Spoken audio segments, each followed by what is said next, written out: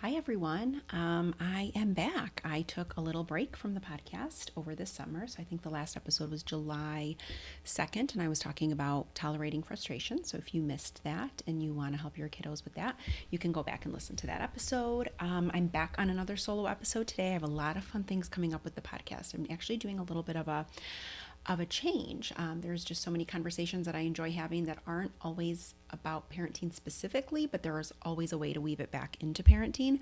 So stay tuned for that. But today I wanted to come on and I kind of gathered a number of common questions, topics, and things that you guys are asking me to cover. So I'm going to touch on all of those today, and hopefully I can guide you and give you some answers to implement in your home setting. So let's just jump into it. So the first topic is I always get questions about kids who don't like losing, right? So kids who really struggle to lose. And this is really common, and I think we have to unpack this in a couple of different ways. So one is, for a lot of parents, when we see our kids lose, like when they lose and they get very, very hyper reactive and upset, so it's like an immediate screaming, crying, whatever it might be, arguing. A lot of kids try to say things like, you cheated, and actually I didn't lose, you did something wrong. So there's so many triggering behaviors about that for a parent, right? One is like we don't like it when our kids don't act accountable. The other one is that we want our kids to be good sports. And the other thing is it kind of like sucks the fun out of playing a game with your kid because you're always like, I know where this is going. If I don't let them win, then we're going to have like a 45-minute tantrum, an argument, and a whole thing on our hands. So sometimes we do what I call eggshell parenting, and we tiptoe around it. And we're like, we can't play right now because we're busy, or we just avoid the situation altogether because we just don't want to deal with the aftermath. So I did a video on this, but in short, and this is always an unpopular answer, but it just really is the honest answer that I can give in this situation, is when your child is exhibiting any kind of dislike towards something. They don't like losing. They struggle to tolerate losing. They're not good at waiting. They struggle with frustration. They don't like when they don't get the outcome that they want. Whatever it might be, the answer to it is always that they just need to experience it more and more and more. And it feels like we don't want that to be the case because we just want them to get better. So it's like the hope is that I can give you a solution and say, oh, if you just say this, then they'll be much better at losing. And the truth is you just have a child who is highly competitive, highly motivated by winning, which, by the way, isn't a bad thing at all. It serves people in a lot of good ways too. We just want to bring it into balance. So essentially, in that moment, when you see that that's the case, we want them to experience losing. And here's the real sort of where it gets sticky for most parents is we usually react to the way they react to the loss. And that's where the spiral begins. So what I mean by that is, and that's usually the question I'll ask a parent in a coaching session is like, hey, they lose, they get really upset. And then I always say, what do you do? What is your reaction to them losing? And 9 out of 10 times, it's usually like either a lecture. We love to lecture in those moments. Hey, you know how it goes. Sometimes we win, sometimes we lose, right? We say all the right things, but it doesn't matter because they're not available to listen to you at that moment, right? And so, or we grow just as angry as they are. And we're like, you know what? We're never playing again. You don't know how to act. You don't know how to play when you lose. And that just takes the fun out of it. And we're not playing with you anymore, right? So we get really kind of temperamental and we're threatening to never play with them again. And honestly, there is a middle in this. And so the first thing you want to do is just create awareness around what comes up for you. Like, what reactivity are you experiencing when that happens? So one is, if you already know they're going to struggle when they lose, we're already in an anticipatory stress state about this, right? So we're already like, oh, I already know where this is going. The writing's on the wall. This can take forever. So when we're already like that, we're already escalating. We're already somewhat dysregulated within our own sort of emotions and our nervous system. So now it happens and they have a really hard time. And so inevitably we're like, doesn't take long for us to escalate because we've already been stewing about it before it even happened. So let's unpack it a little differently. And let's just think of it this way. My child is demonstrating or showing me that they don't have the capacity to tolerate what it feels like when they put work into something and don't get the outcome that they want. Which, by the way, this is like an incredibly good life lesson. I mean, I'm sure all of you, I can certainly be the first to raise my hand, have poured our hearts into something and it just didn't go the way we wanted. That is life, right?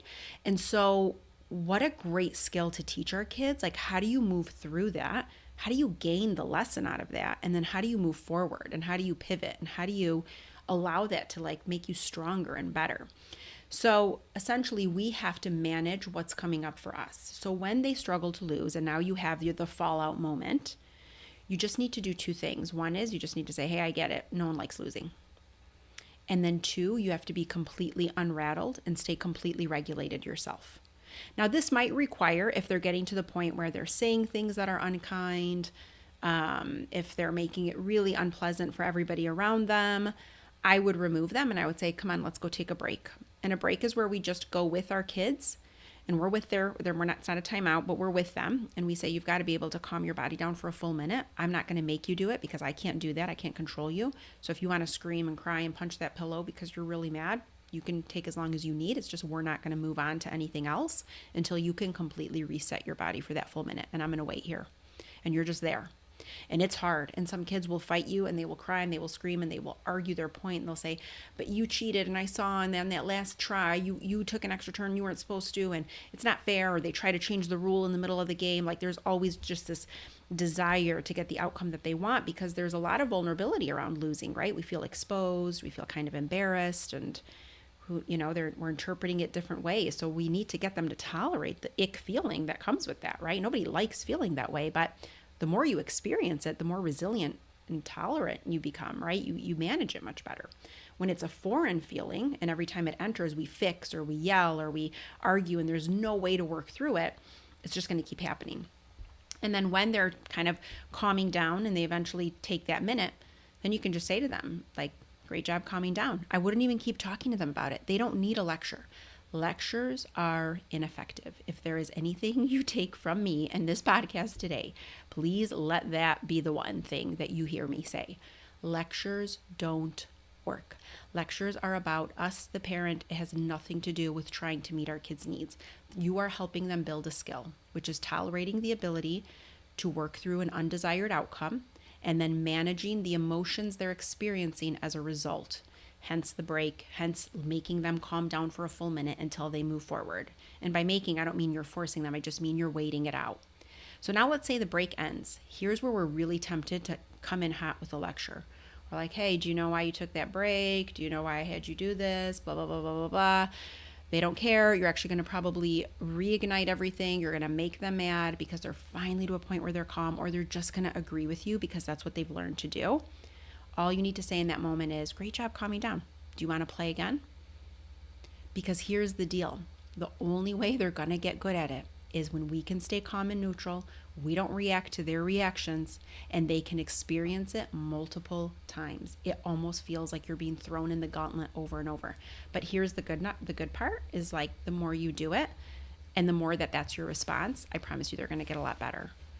And then you can say to them in terms of, like, in a friendly way or in a sort of playful way, like as the person who's maybe playing with them or against them, you can just say, like, I know, buddy, it is so hard to lose. I used to be like that too. And then I just learned as I got older and played more games and had more chances to lose. Like never liked it, but I learned how to manage it. I learned how to let it be my fuel. It was the thing that motivated me to play really good the next time. Or it was sometimes I had to sit after I got really, really mad and calmed myself down. I'd think, like, what could I do differently, or what could I bring the next time? And so we don't want to change that part of them. Like, it's okay that they're competitive. It's okay that they want to do those things.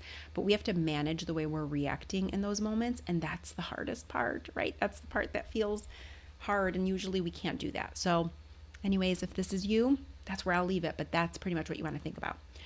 All right, next topic that comes up all the time, public outbursts. This could be tantrums, arguments, your child not listening to you in public and being like, oh my gosh, what am I going to do? This is really common and it's really hard because when we're in public, there's a few things that are happening. One is we sense and perceive all of the eyeballs on us, right? And we usually perceive this to be much worse than it is, meaning I'm sure you've walked through a store and a kid might be crying. And if you're like me, I honestly don't, I'm not even fazed. Like, I'm just like, oh, that poor parent, or like that kid will get through it. They're all right, and I'm not really focused on them. I'm thinking about what I have to get, making sure I don't forget something. Like, I am in my own head. I'm not thinking about what's happening. And I would say that's the majority of people. So one, just recognize that we are making it far worse in our minds than what it actually is. And that's because we feel very insecure when our kids are acting in a way we don't want them to act in public, because so much of our value as a parent lies, or this is at least what we tell ourselves, lies in the way our kid presents to people, right? So if I have a well-behaved child, then I'm great, and if my child's not doing those things, then clearly, I'm not doing a good job. And when our parenting skills or our ability to parent is tethered to our kids' presentation to the world, how they're perceived, they will always sense and feel that. And it's kind of unfair, right? And there are times where kids just have to struggle, and that doesn't mean you're not doing a good job as a parent. So when we sense and feel those things, we're almost white knuckling it through public because we're so desperate to get through the errand or whatever it is without them having a hard time, without them losing it, without them fighting back. So here are some tips that I would say, or places at least to start, because I do this a lot in coaching. Number one, it takes time. So first thing you want to know is if your child, let's say it's like they won't listen to me in public, and what this might look like is it's time to leave the park. You say it's time to leave. They're like, I don't want to leave. And you're like, come on, we got to leave. And this whole thing goes on and on for like 20 minutes and sometimes longer. So if that's the case, you would want to look at, do they listen to me at home? You're going to have a lot more luck building that skill in the home setting when you don't have those external pressures that I just described, and using a comprehensive, consistent plan to get them to listen. So remember from other podcasts and other videos that I've done, you need to assign an action with your directions. Kids are not going to just listen to you if you're only relying on verbal prompting. So stop, don't do that, and they don't listen. And you're like, hey, I said stop, and all you're doing is repeating the words and not doing anything. That's going to be tricky. And a strong-willed kid will sniff that out in a second, and they're like, oh, nothing happens. They just keep talking. So you want to always think about, like, what am I going to do if they don't listen the first time? What is the action? And it's different for every child. It's different for each age and stage and phase. And it's hard for me to say exactly what to do in those moments without having more context, but it's just something you want to think about. So if it's like, hey, we need to go, and they're like not listening, then you can just say, are you going to walk over to the door, or do I have to come and pick you up and take you? So now we have a way of managing this, and we have a way of place to go, right? If they're hitting, you have to immediately intervene and physically block them. We're not going to rely on the words anymore to keep saying stop, stop, don't. We're going to get right over there and get in their way. Sometimes it's removing them from the environment that they're in and not giving them access to the toys that they want or the activity that they're doing until they calm down. There are a lot of different ways to do it, so you got to do something is the point. We've got to do something. So sometimes you have to go and physically block the playing from happening, until they're able to listen to the direction that you're giving. So you want to practice getting good cooperation in the home setting. Once you have like a good streak going, or you at least have some cooperation, at that point, I would test a public trip. And I'm going to get to, like, if you're thinking like, well, I can't really like work on it for a week and then go out. Like I have to go somewhere every day. I'll answer you in just a second, because I'm sure that's probably somebody who's thinking that. But in a perfect world, let's say you can do it this way, and you're going to practice at home. You're getting some good tolerance at home. You're getting some good cooperation at home. Then you're going to do a test run. And you're going to say, and you can make it up. You're going to be like, we have to go to Target. We need to buy 3 things. And I know when we go to Target, you're going to really want to buy a toy. And you're going to ask me for a toy. And here's the thing. We're not getting a toy today. It's not our turn to get a toy at Target. And that's going to upset you, and I get that. But if you cry really loud and scream in the store and lay down, the problem is now we're disrupting everyone else who's shopping in there. And we can't do that when we're places with other people. We have to be respectful of shared spaces. So I'm just going to stop shopping if you do that, and I'm going to pick you up, and I'm going to walk right out of the store. So this is like what we would call cart abandonment, right? Being able to just walk away from your cart, not complete the task. And the reason why this is a practice run is because you won't really need to go to Target. You're just making that up because you are literally practicing this because you need to show them that what you say will happen will actually happen. And this might take multiple times. I have a lot of families that I coach, and we do it a few times through. It won't take a long time though, because once they see that you actually are following through on the thing that you said you were going to do, and it's happening at home and now it's happening outside of the home, they're going to very quickly adjust. And they might get frustrated. They might say things like, oh, but I wish I could buy a toy, maybe next time. So they're going to express it in a much better way. So try that. Work on it at home. And if you're somebody who's like, oh man, but you don't understand, like I'm a single parent and I have to go to the grocery store with them today, and I don't have the luxury of time to like work on the skill and then get the skill and then be able to practice in public. if you're in that position, two things you want to think about. One is you still want to work on it at home and really work on it. Like you're like, I'm going to spend this weekend getting them to listen. And that means I'm going to have a game plan together and I'm going to get them to, I'm going to follow through on the things I'm saying that I need them to do. I go over this in my course called Getting Kids to Listen the First Time You Ask. So if you guys wanted to grab that too, I'll link it in the show notes. But I talk about different examples and things like that so you can have a better idea of what things you could do. But let's say that's your situation. So one, you're working on it at home. In the meantime, when you are running errands or going to stores or having to go somewhere, I would just honestly do the best you can to keep them calm so it's manageable. So in some cases, you can use incentives. So you could say something like, hey, if you do a really good job walking through the store, holding my hand the whole time and not running away, I've really cool thing waiting for us when we get in the car. And that cool thing could honestly be a sticker. It could be a song that they really like. It could be something really, really just, it doesn't have to be anything big. The idea is like we keep them motivated to go through the store. You could do what I call like keeping them busy, which is the idea of like make them feel useful when you go places. So something like, this as simple as like, I did this with a child who never wanted to leave somewhere fun. So we started to let him have the car keys and walk to the car. And as soon as he got closer, he was allowed to remote start the car and unlock the doors. This was super exciting for him. So we gave him a way to bridge that transition from fun place to car. So you can do something like that where they're actually getting to do something. You could tell them that like you're going to visit a cool spot in the store if they can get through the first whatever thing that you need to do. So for instance, like my kids loved looking at the pets, looking at the animals. So if we could get through what I needed to do, we were working toward time there. So that could be something that you could work on. So essentially you're just going to try to make it as fun as you can so that it's not the best time to like set boundaries and try to follow through when it's not even happening at home. You almost just want to kind of meet them in the middle, and you're not going to give in to everything that they want, but at the same time you probably have, from a functional standpoint, you just have to get through your errands, or you have to get through the task at hand. So those are some of the things that I would suggest. If it's something like at the park or somewhere, I don't think it's wrong to set a physical boundary and remove them. So if you're like, hey, when we go to the park and you can't hit so-and-so, right? Let's say hitting is a thing. And if you do, it just means I'm going to pick you up and we're going to walk away and we're not going to play again until you calm down. And if you do it again, then we just have to leave, right? So that's okay, but you want to set those boundaries ahead of time and you want to think about how you can implement those. But if it's like a task where I have to go run these 2 errands and I need the things that I need, I would make it as fun as possible, make them useful, give them tasks, work toward something. You're ending on a high note so they could be motivated to want to follow the directions.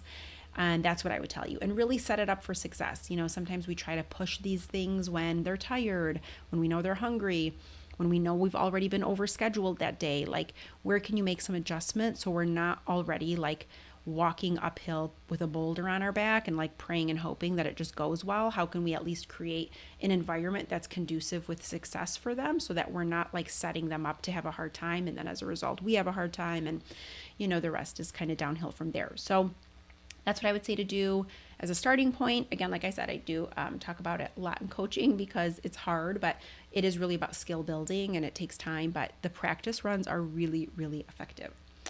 All right, next topic that I get asked a lot about is my 4-step process, PAR. So PAR is really meant for anybody, really, not even a parent, who tends to have a lot of reactions around things. And I have another episode, I'll link it here, but where I talk about the 4 different reaction types. But essentially, what happens is when we parent or when something happens that we don't like or that we don't want to happen, we have big reactions. And so I believe our reactions are really the gateway for us to learn much more about what we need to tend to and what we need to work through. It's really a blueprint of like where some wounding continues to be, what are those things that can really get to us, and how can we manage those things in a healthier way. So being aware of your reactions is really important. And not really like getting mad at yourself, but just noticing and starting there. I do a lot of life coaching as well as parent coaching. And in life coaching, we do use PAR. And we talk a lot about this idea of like, how do we just notice the way we react to events? How do we notice the way we're reacting to our partner? How do we notice when our boss says this thing? Like, what does that reaction look like? So I talk about this a lot with parents because one is the more calm and regulated we are, the faster our kid will calm down and regulate. The second piece is we just want to pause, right? So pausing is so important. If there's one thing that I think I've been able to do well in my life, and as you know, as an adult and as a parent, and just through different experiences, what I've learned is like, you will never regret pausing. Pausing is one of those things when you can learn how to take space and just pause. It just reminds you that really we don't have to rush. We don't always need to answer right away. Things don't need to move at like lightning speed. Like we can't, we're actually the ones in charge of this. So we get to slow down and just stop for a second. And pausing may look like one deep inhale and exhale and just reminding yourself to get back in your body. Pausing, if possible, depending on what situation you're in, might be leaving the room and getting totally calm and still if you can, and then returning.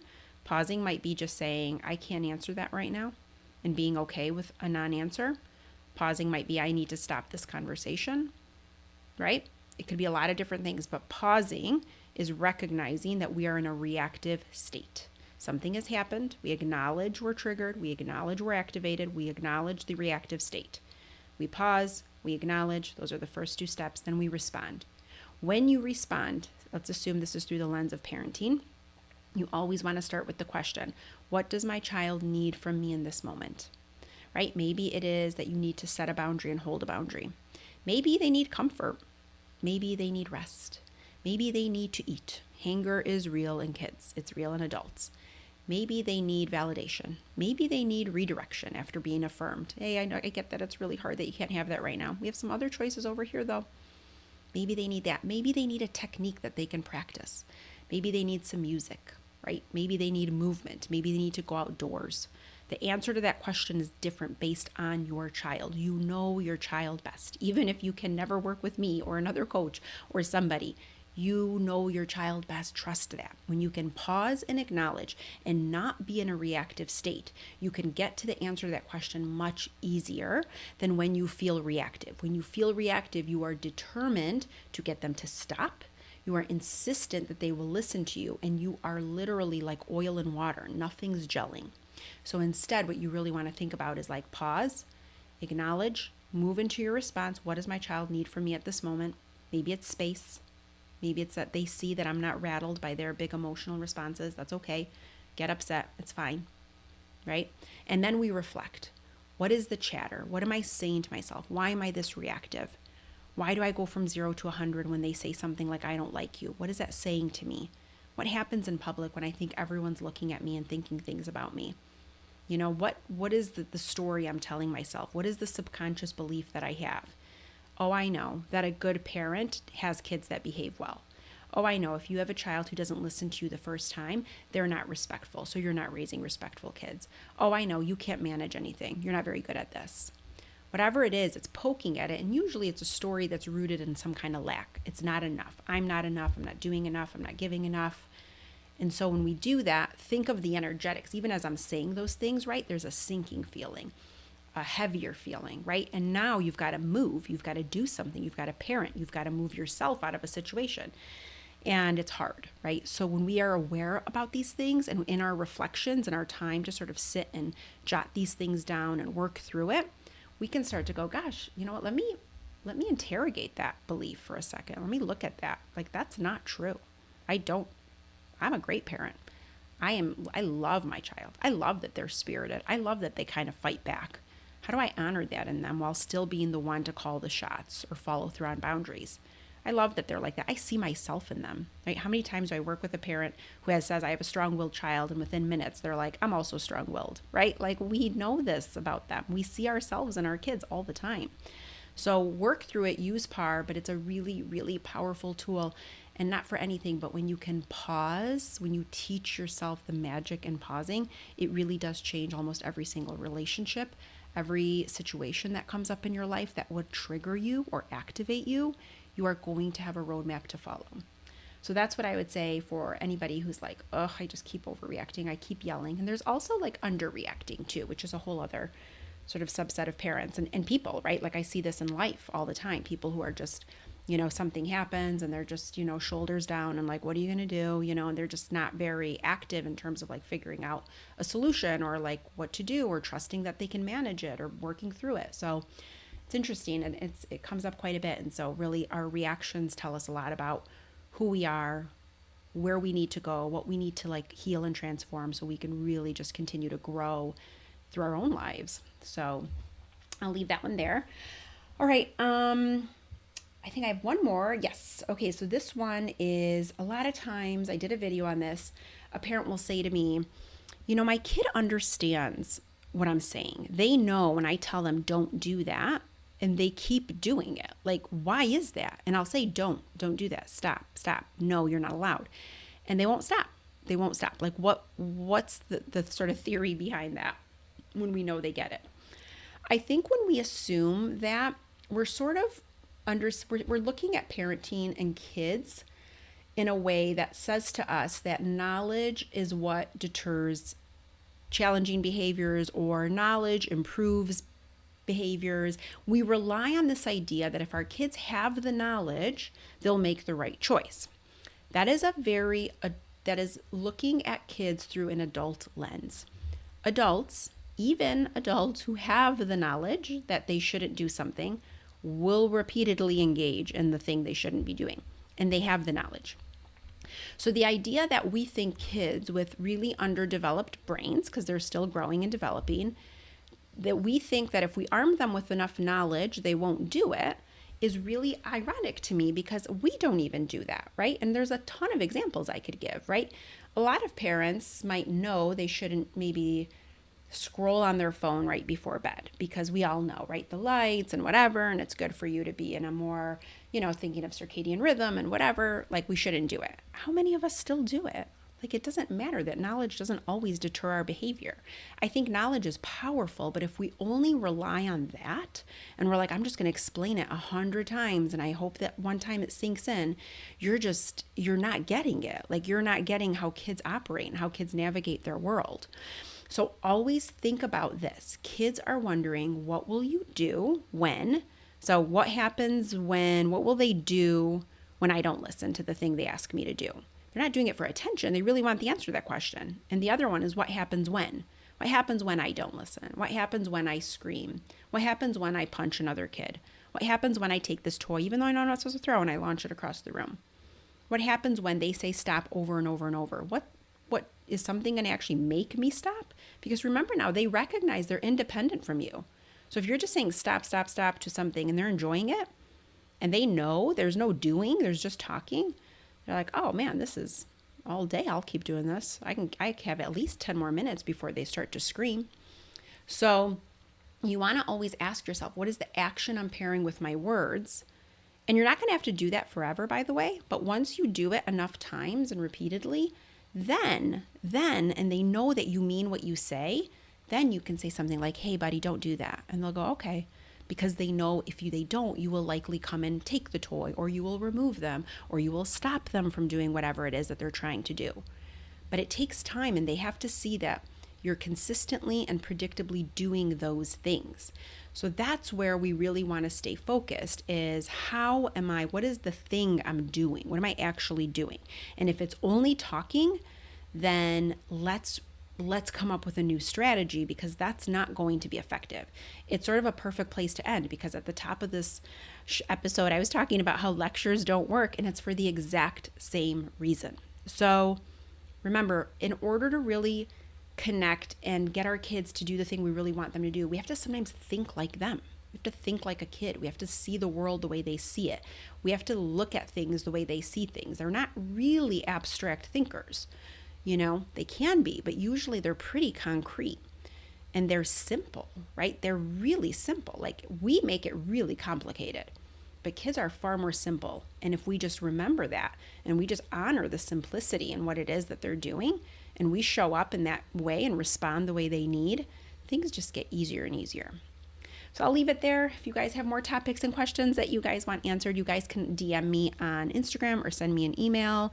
I try to kind of go through a bunch of comments just to see what is the common thread when I have certain posts. So hopefully that gives you guys some answers to some different dilemmas that could be coming up in your home. And as always, you can always reach out and learn more about coaching. I coach families for 12 weeks at a time, and the program is called Reclaim Your Calm, 12 Weeks to Clear and Confident Parenting. The idea is really meant to give you the tools, strategies, scripts so that you can do the things that I was describing in this episode, but do it in a way that's really tailored to exactly what your child needs based on their developmental needs and their emotional needs and just who they are as a person. So Thank you guys for listening and thank you for being here. Until next time.